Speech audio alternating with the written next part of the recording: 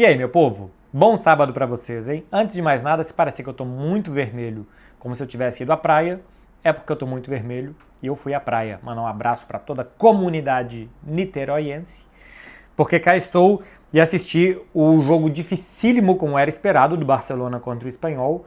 Uma vitória muito valorizada, que deve ser muito valorizada, do Barcelona por 2-0 sobre o Espanhol, porque são esses jogos difíceis assim que fazem a diferença depois para se buscar o título, que o Barcelona não perca pontos, que o Barcelona continue somando e que o Barcelona agora possa somar pontos mais uma vez através do seu goleiro.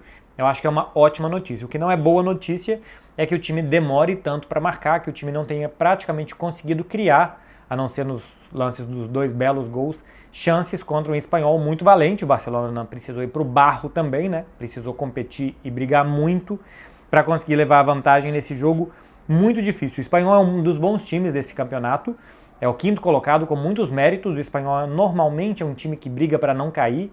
Esse ano faz uma ótima campanha, com Manolo Sanches como treinador. Era um clássico muito quente por conta do bom momento do Espanhol. Normalmente o Espanhol tem como objetivo no campeonato não cair e atrapalhar o Barcelona, sempre que possível, porque existe uma rivalidade quase que unilateral do Espanhol para com o Barça e do Barcelona para com o Espanhol não tem tanta assim, ou pelo menos por parte de uma torcida global do Barcelona, porque o Espanhol fica muito para trás. Agora, dos jogadores, especialmente os formados na base, existe uma rivalidade imensa, porque eles se enfrentam muito na base. E para os torcedores locais também, embora o Espanhol não seja nem a segunda nem a terceira principal torcida em Barcelona. Durante a semana, toda essa rivalidade foi acendida pelo retorno do Joan Garcia ao estádio do Espanhol, e também por um fato que eu acho muito curioso, que o Espanhol venha reivindicando em sua torcida de serem mais catalães e catalanistas que o Barça, um clube que é chamado de Espanhol e que tem a coroa, né? É o Real Clube Deportivo Espanhol, que tem a coroa da Espanha no seu distintivo. Então, assim, me parece muito mais algo provocador por parte do Espanhol.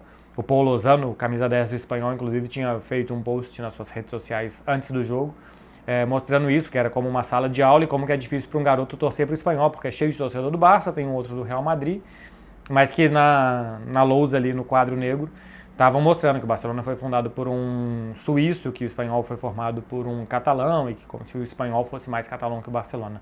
Enfim, tem para todos os gostos. Então estava muito acendida a rivalidade para esse jogo, porque o Espanhol tinha mais o que fazer do que não brigar para não cair, além de atrapalhar o Barcelona, que é brigar por uma competição europeia. E o Barcelona, claro que começa a rodada 4 pontos à frente do Real Madrid, se perde o clássico, o Real Madrid poderia encostar depois do jogo contra o Betis. E o que o Barcelona tem que fazer é aproveitar que o Real Madrid está com uma crise de identidade tentando se encontrar para fazer o máximo de pontos possíveis, colocar a pressão para cima do rival e ver se o Real Madrid vai aguentar o ritmo dele, Barcelona.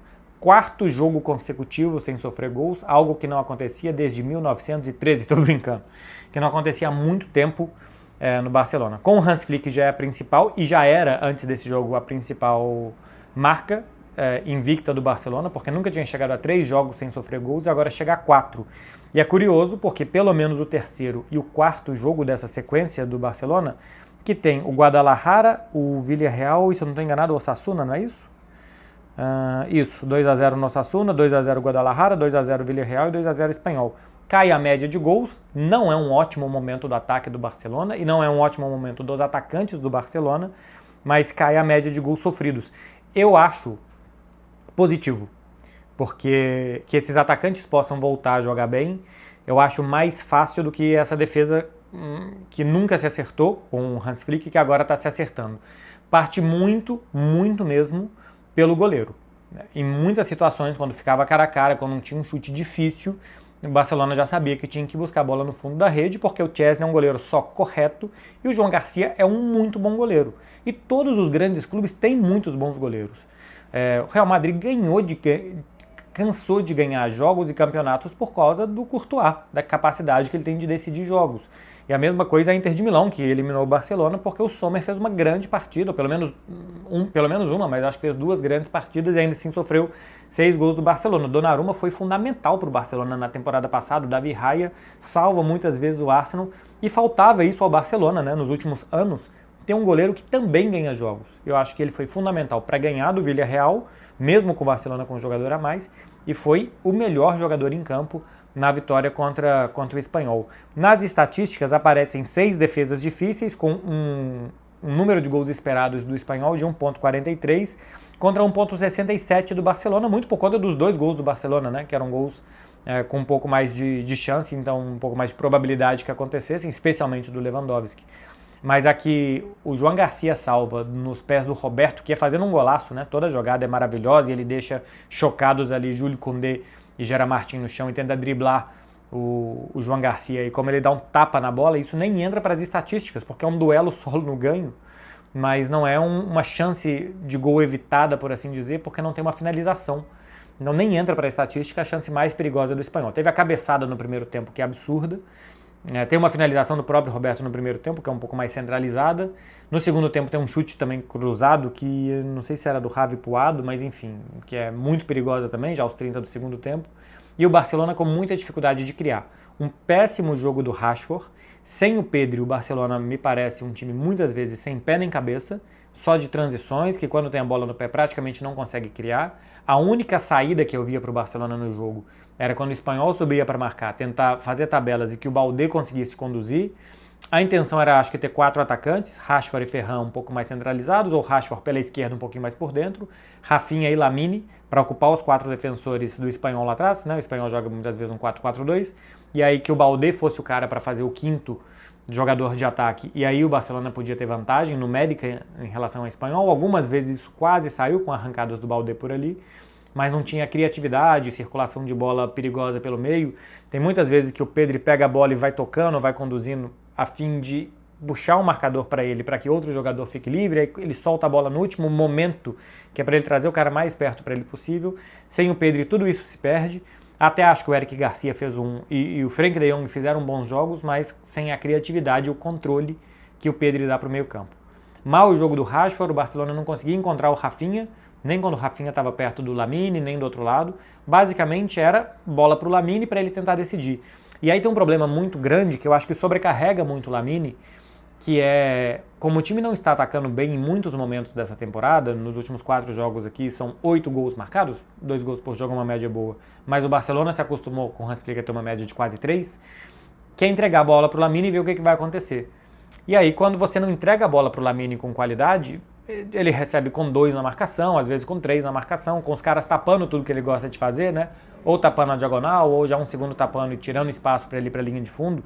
Quando ele leva para a linha de fundo, ele costuma precisar de mais espaço, porque aí até ele se ajeitar para fazer a jogada com o pé direito não é muito simples.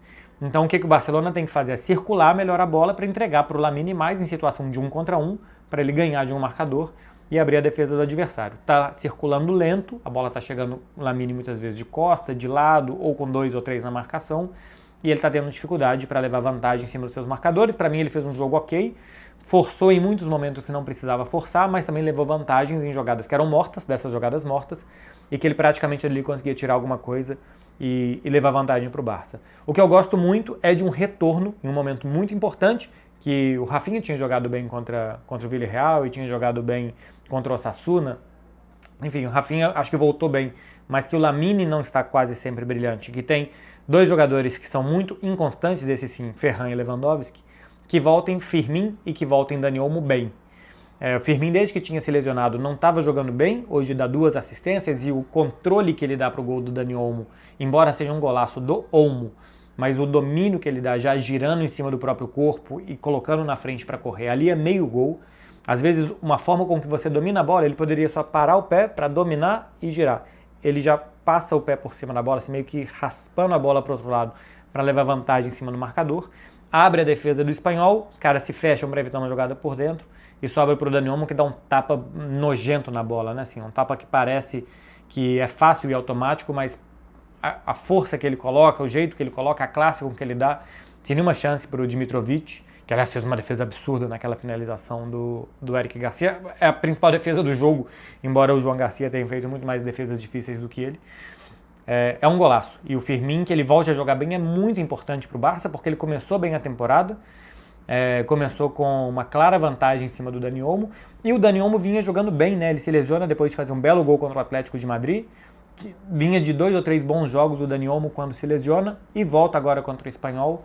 Fez um jogo ok, mas principalmente a jogada do gol. E depois uma ótima arrancada do Firmino, já com o espanhol muito cansado, até achar o cruzamento para o Lewandowski, que ia errar o gol se a bola não bate na barriga dele, né? Tinha batido mal na bola, uma bola fácil, para fazer o 2-0. Antes disso, acho que a principal construída do Barça tinha sido uma do Lamine com o Pedri, que ele não consegue finalizar porque é travado, só se fosse muito rigoroso ali o árbitro para marcar um pênalti em cima do Pedri, que eu acho que não é.